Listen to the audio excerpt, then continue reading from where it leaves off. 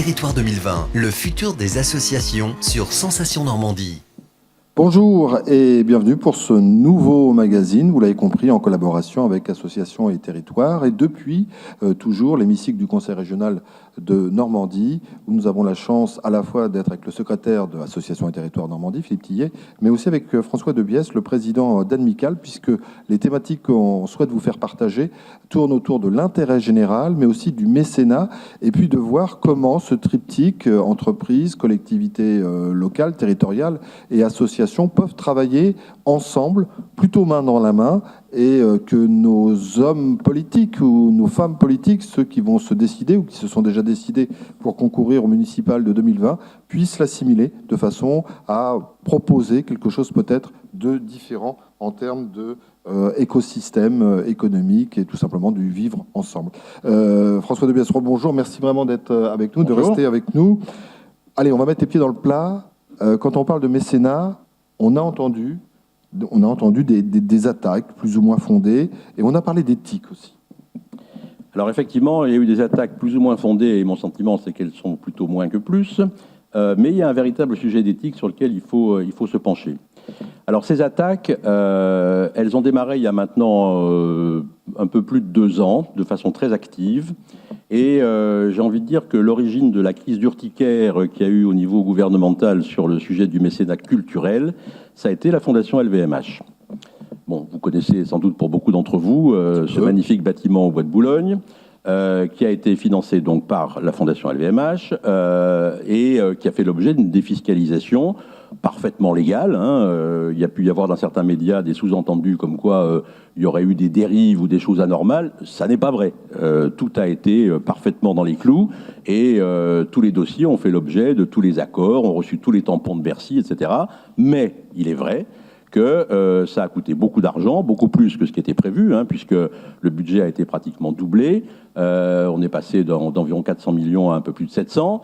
Donc ça a coûté de l'argent. Et dans l'optique de Bercy, eh bien, c'est un manque à gagner. Alors, je reviens un tout petit peu sur la notion de mécénat. Le mécénat est-il une niche fiscale ? Non. Le mécénat n'est pas une niche fiscale et Gabriel Attal, le secrétaire d'État à la vie associative, l'a reconnu publiquement cette année. La définition d'une niche fiscale, c'est un dispositif qui permet à son bénéficiaire de faire des économies. Le mécénat ne fait faire aucune économie au mécène. Si on prend un chiffre simple, le mécène donne 100, il est défiscalisé à 60%, donc il y a 60 sur les 100 qui vont servir d'équivalent impôt, si vous voulez. Donc, à faire gommer une dette d'impôt. Donc, le mécène devait 60 à l'État, il paye 100, donc il paye 40 de plus que ce qu'il devait. Donc, il n'y a aucun bénéfice d'aucune sorte, donc ça n'est pas une niche fiscale. Et le gouvernement, d'ailleurs, a changé son appellation, et maintenant, il ne parle plus de niche fiscale, il parle de dépense fiscale. Donc, la dépense fiscale liée à cette fondation LVMH a été effectivement importante, même si elle a été parfaitement autorisée. Le deuxième sujet d'agacement, ça a été de dire, mais ils ont mis un peu de temps à s'en rendre compte, parce que ça a été à peu près 5 ans après l'ouverture, ah oui, mais quand on arrive au Bois de Boulogne, vous avez vu, au-dessus de la porte du musée, il y a écrit LVMH. Donc, est-ce que c'est bien désintéressé tout ça ?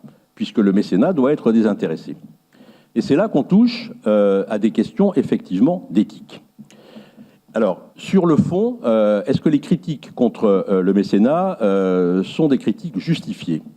Je ne le pense pas, parce que pour avoir vécu dans ce monde du mécénat depuis des années, et pour en avoir une expérience personnelle importante, puisque je préside une grande association culturelle à Aix-en-Provence, qui parlera aux amateurs de danse dans la salle, qui s'appelle le Ballet Près-le-Jocage, qui est une grosse association avec un gros budget qui est soutenu très largement par des financements publics. Et d'ailleurs, de ce côté-là, par rapport à ce que disait Philippe tout à l'heure, il faut quand même rappeler que le financement public, même s'il s'est réduit ces derniers temps, représente encore une part importante pour beaucoup de grosses associations dans ses financements. Donc, effectivement, il y a au niveau du monde associatif une nécessité à entretenir un financement public qui permette effectivement de tenir la route. Mais aujourd'hui, on sait que l'État et les collectivités territoriales ont des poches qui sont beaucoup moins remplies qu'autrefois. Jacques Rigaud avait coutume de dire « le mécénat n'a pas pour vocation de faire les fins de mois d'un État nécessiteux ». Aujourd'hui, malgré tout, c'est quand même un peu à ça que ça ressemble, mais ça n'est pas une compensation de ce que l'État ne peut plus faire. En tout cas, ça ne doit pas l'être. Ça doit être de plus en plus maintenant une approche collective. Et là, je rejoins complètement ce que disait Philippe tout à l'heure. Je crois que l'avenir, effectivement, du financement du monde associatif, eh bien, il est à une approche collective, réunissant toutes les ressources à la fois financières et humaines, de quelque côté qu'elles viennent, pour embrasser des problématiques d'intérêt général qui sont de plus en plus coûteuses, de plus en plus complexes et de plus en plus douloureuses. Donc, ce mécénat, pour l'avoir vécu dans d'énormément de cas et sur de longues années, il est dans la majorité des cas complètement désintéressé, effectivement. Il peut y avoir éventuellement un certain nombre de dérives. Et ça, il est très important d'y mettre un terme. Et c'est là qu'on touche à cette question d'éthique que vous évoquez tout à l'heure. Il ne peut pas y avoir de véritable mécénat sain et efficace qui n'ait pas une véritable éthique. Bon, quand on lit dans les journaux qu'un certain grand patron de grande entreprise automobile est allé se marier à Versailles aux frais du mécénat, à titre de contrepartie du mécénat, eh bien ça, c'est clairement une dérive, ça, c'est clairement un abus, quelque chose qui n'est pas acceptable. Et donc, la profession, le petit écosystème du mécénat et de la philanthropie, a décidé de se pencher sur le sujet et de créer un code de déontologie. Admical avait fait une charte il y a très longtemps, mais il y a une douzaine d'années, qui est un peu dépassée maintenant, et donc on va créer un code de référence sur le mécénat et la philanthropie, de façon à ce qu'en permanence, eh bien, les mécènes et puis ceux qui ont vocation de contrôler le mécénat, c'est-à-dire beaucoup l'administration, eh bien, puissent avoir une vision claire de ce qui est bien, de ce qui est acceptable, et de ce qui ne l'est pas. Et l'idée pourrait être éventuellement de créer dans le monde du mécénat et de la philanthropie un jury, comme ça existe dans le monde de la publicité. Je ne sais pas s'il y a des publicitaires dans la salle, mais dans le monde de la publicité, on a créé il y a quelques années un organisme qui s'appelait le Bureau de vérification de la publicité, qui maintenant s'appelle l'Agence de régulation des professions de la publicité, et au sein de laquelle il y a un jury qui examine des dossiers et qui dit, bon, bah, ça c'est conforme à l'éthique de la profession, ou ça ne l'est pas. Exemple récent, ils ont interdit que dans les publicités à la télévision, on mette des 4x4 dans les forêts. Voilà, ça a été considéré comme ne correspondant pas à l'éthique environnementale d'aujourd'hui, et donc ils ont posé une interdiction à ce niveau-là. Donc c'est un peu une référence, hein, si vous voulez, ce jury des professions de la publicité, et avec l'accord du gouvernement, avec son assentiment et probablement avec une forme de participation, eh bien on ira vers un jury de ce type. Et je pense que c'est indispensable pour que le mécénat ne soit plus attaquable comme il l'est aujourd'hui. Derrière les attaques alors objectives qu'on vient d'évoquer, hein, ça coûte trop d'argent ou on a des dérives éthiques, il y a aussi, et ça on l'évoquait avec Philippe tout à l'heure, il y a aussi, disons, un vieil héritage du clivage dans notre pays, du clivage historique entre le monde public et le monde privé.